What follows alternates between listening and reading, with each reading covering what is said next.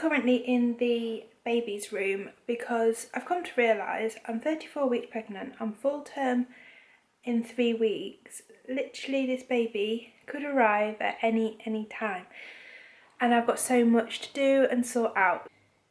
Everything we have for the baby is still in its boxes. Like, this is the co-sleeper next to me, and that still needs to be built. This is his pushchair, that needs to be built. His car seat's here, that needs to be put in the car. This in here is a Sleepyhead. If I open it up and show you.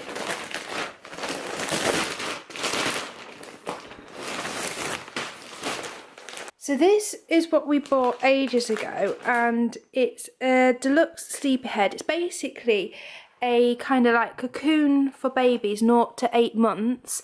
You can see from the picture here, it just keeps them nice and snug, but you can use it for tummy time, if they're say on the sofa, in their cot, things like that.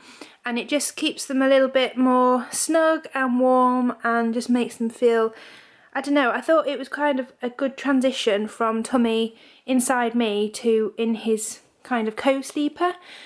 Anyway, it's quite expensive, but I read some reviews and they were really good, and I asked some of my friends who also have this, and they said they swear by it, and if the baby can't sleep, definitely get one of these, and it really helps calm them and make them feel secure. So we thought, well, even if he doesn't use it in his actual co-sleeper, it's great if he's laying on the sofa or on the floor or something like that, just a little bit of extra comfort.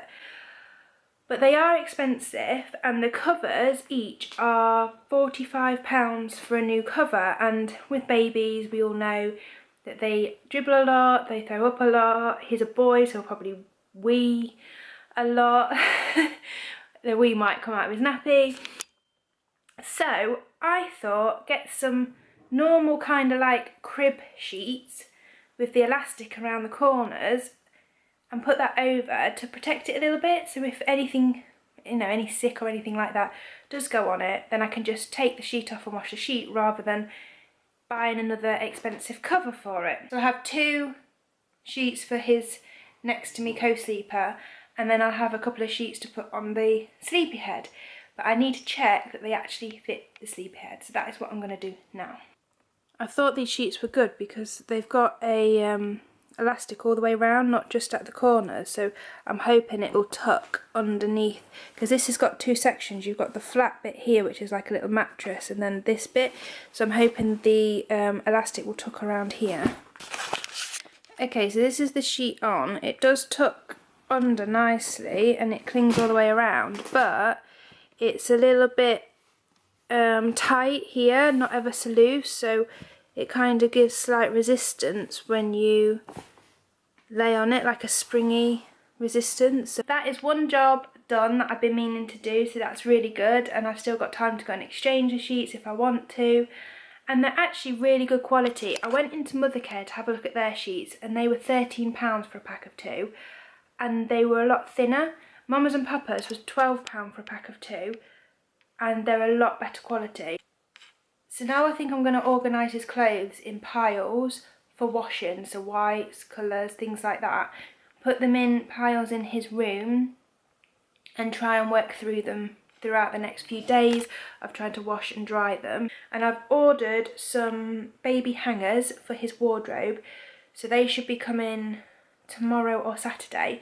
So if I can try and get a lot of his clothes washed, then I can get them hung up in his wardrobe already, and they'll all be clean and ready for him to use and won't collect dust and things like that. It's time to edit the video that I recorded a couple of days ago, which is the baby clothing haul, which should be up when you watch this vlog, but I'm going to edit it now.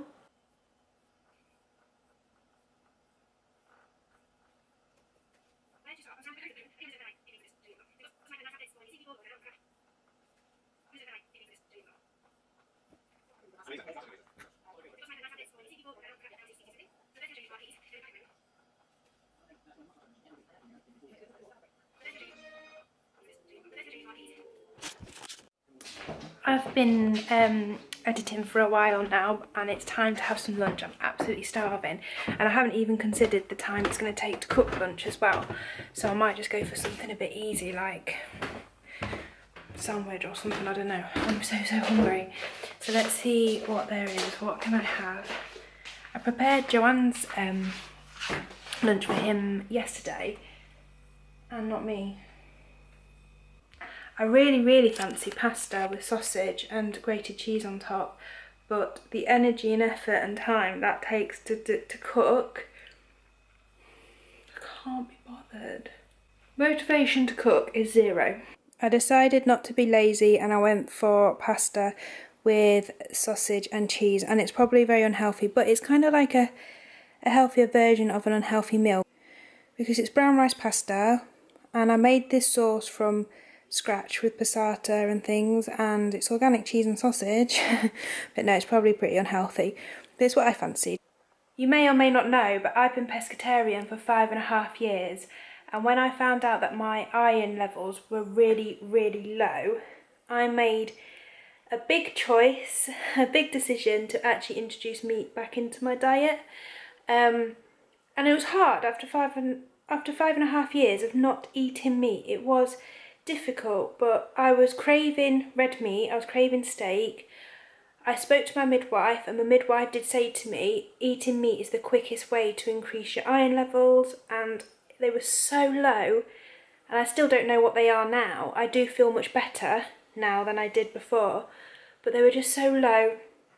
I thought, I'm gonna just eat meat again because I'm craving it. My body obviously wants it, and yeah, so it's quite a big decision to make, and I don't know what I'll do once I've had the baby, because I was worried about him as well. I wanted to make sure that he was able to take enough iron from me that he needed. So yeah, whether I continue to eat meat after, I don't know, but it's making me feel loads better since I started. My energy levels and the muscle weakness and the heart palpitations have completely reduced so much. So yeah, big decision to make, but I had to just think what was the best, and I don't like the thought of eating meat. That's why I stopped eating meat 5.5 years ago.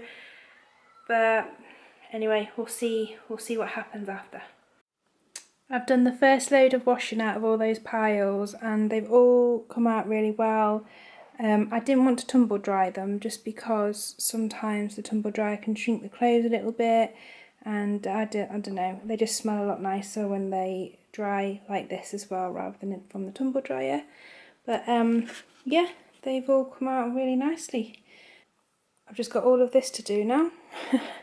I'll do this over the next few days. We've got these for the wardrobe as well. They're just like basket things, so I can organise the clothes a little bit better, like his vests and his sleep suits can be folded up into here. And then we've got a couple of rails to hang the clothes as well, and a little rail there. We've got this drawer at the bottom, which is quite a deep drawer, and I'll probably put, I don't know, extra nappies and things like that in there.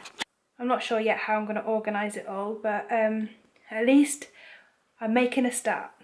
It's my favourite time of the night on a Wednesday. It is the Great British Bake Off. I love this programme so much. I don't really bake myself, but I like this programme. So I'm going to sit down and watch this now. Dinner is in the oven, ready for when Joanne has finished having his shower, so we can have dinner together.